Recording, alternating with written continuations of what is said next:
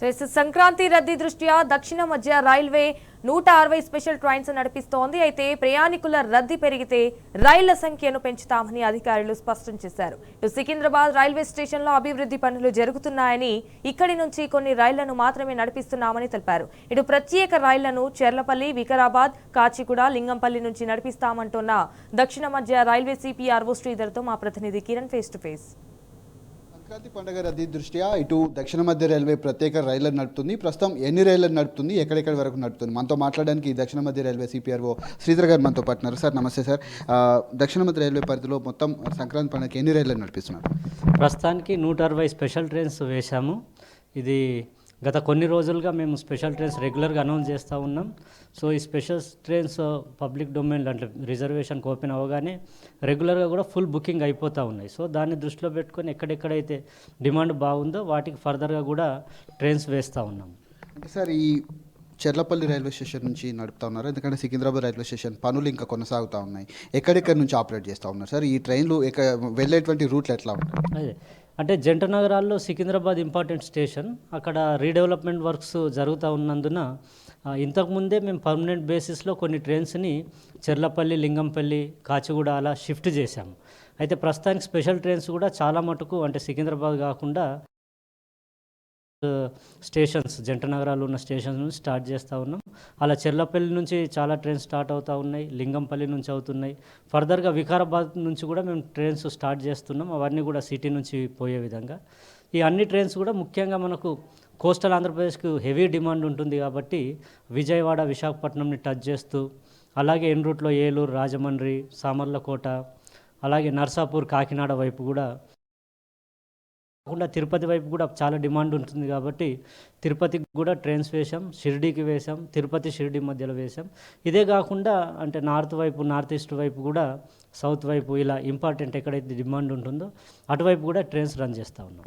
Sir ఈ వెళ్ళేటువంటి ప్రయాణికులు ఇద్దరు ముగ్గురు అయితే వెక్కించేటువంటి వాళ్ళు చాలామంది వస్తూ ఉంటారు. వాటి వల్ల కూడా కొంత ప్లాట్ఫామ్ల వద్ద పెద్ద ఎత్తున ట్రాఫిక్ అనేది కనిపిస్తూ ఉంటుంది. దాన్ని కట్టడి చేయడానికి ఏమన్నా ప్లాట్ఫామ్ ఛార్జీలు ఏమైనా పెంచుతున్నారా, లేదంటే ఎట్లా ఉంటుంది? ప్లాట్ఫామ్ ఛార్జెస్ ఏం పెంచట్లేదు, కానీ దీంట్లో అదే ఇంతకుముందు చెప్పినట్టుగానే ఎక్కువ రద్దీ సికింద్రాబాద్ స్టేషన్లో ఉండే అవకాశం ఉంటుంది కాబట్టి అంటే వేరే స్టేషన్ వైపు అంటే ప్రయాణికులను మళ్లించేందుకు వేరే స్టేషన్ నుంచి కూడా ట్రైన్స్ స్టార్ట్ చేస్తూ ఉన్నాం. అంతేకాకుండా ఇప్పుడు చెప్పిన ఈ special trains, majority of special trains కూడా ఆంధ్ర వైపు నుంచి సిటీకి వస్తుంటే సిటీలో అంటే చెర్లపల్లిని టచ్ చేస్తూ సికింద్రాబాద్, బేగంపేట్, అలాగే హైటెక్ సిటీ, లింగంపల్లి, వికారాబాద్, సో చాలా స్టేషన్స్ని టచ్ చేస్తూ వెళ్ళే విధంగా ప్లాన్ చేశాం. కాబట్టి అక్కడక్కడ దగ్గరున్న వాళ్ళు ఆ దగ్గరున్న స్టేషన్ నుంచే బోర్డ్ అయ్యేందుకు అవకాశం ఉంటుంది. సో ఇలా అంటే స్ప్రెడ్ అయ్యే విధంగా మేము చూసుకుంటాము. పండుగ తీరా వచ్చే వరకు ఇంకా ప్రయాణికుల సంఖ్య భారీగా పెరుగుతుంది. స్టేషన్లలో పడిగాపులు కాస్తూ ఉంటారు. ఒక్కో బోగిలో వందలాది మంది ప్రయాణికులు వెళ్తూ ఉంటారు కదా సార్, వాళ్ళని కట్టడి చేయడానికి ఇంకేమైనా స్పెషల్ ట్రైన్స్ వేసేటువంటి అవకాశం ఉందా? వీటికి అదనంగా ఇంకేమైనా పెరిగే అవకాశం ఉంటుందా? రిటర్న్ ప్రయాణంలో కూడా చాలా వరకు పెరుగుతూ ఉంటాయి. ఇవి ఎప్పటి వరకు నడుస్తాయి సార్? ఈ ట్రైన్స్ అంటే ఇంకా ఫర్దర్ డిమాండ్ని దృష్టిలో పెట్టుకొని ఇంకా కొన్ని ట్రైన్స్ కూడా ప్లాన్ చేస్తూ ఉన్నాం. ఈ అన్ని ట్రైన్స్ కూడా అప్ అండ్ డౌన్ అంటే రిటర్న్ కూడా మేము ప్లాన్ చేసాం. ప్రతి ట్రైన్ ఆర్జినేట్ అయి వెళ్ళేదానికి రిటర్న్లో కూడా వేసాం. ఇలా జనవరి 21 వరకు కూడా రిటర్న్ ట్రైన్స్ వచ్చే విధంగా ప్లాన్ చేసాం. అంతేకాకుండా ఇంపార్టెంట్ రైల్వే స్టేషన్ సికింద్రాబాద్ కావచ్చు, విజయవాడ, తిరుపతి, ఇలా మేజర్ స్టేషన్స్ అన్నిట్లో కూడా స్పెషల్గా అంటే యాక్షన్ ప్లాన్ తయారు చేసుకొని ఎక్కువ రద్దీ అవ్వకుండా, ఏమాత్రం ఇబ్బంది కలగకుండా, ప్యాసింజర్స్కి ఎలాంటి అన్సేఫ్ ఇష్యూస్ తలెత్తకుండా ప్లాన్ చేశాము. అక్కడ సీసీటీవీ కెమెరా సర్వేలెన్స్ కావచ్చు, ఆర్పిఎఫ్ అదనపు బలగాలు కావచ్చు, లేదంటే టికెట్ చెకింగ్ స్టాఫ్ కావచ్చు. దాంతో పాటే ఈ పండుగ సీజన్ మొత్తంలో కూడా ఈ ఇంపార్టెంట్ స్టేషన్లో ఆఫీసర్ స్థాయిలో 24/7 ఫిజికల్గా అక్కడే స్టేషన్ అయ్యి వాళ్ళు కూడా మానిటర్ చేసేందుకు, అలాగే అంటే సికింద్రాబాద్ లాంటి స్టేషన్లో అయితే మనకు ప్లాట్ఫామ్ 1 వైపు ఎక్కువ మంది వస్తూ ఉంటారు, 90% ప్రయాణికులు. సో 10 వైపు వచ్చే విధంగా కూడా చాలా ఎంకరేజ్ చేస్తూ ఉన్నాం. 10 వైపు అంటే పార్కింగ్ డెవలప్ అయింది, అండర్ గ్రౌండ్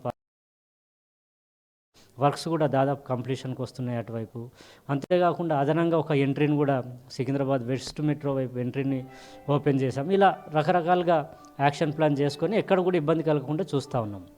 ఇది వారు చెప్తున్నటువంటి పరిస్థితి.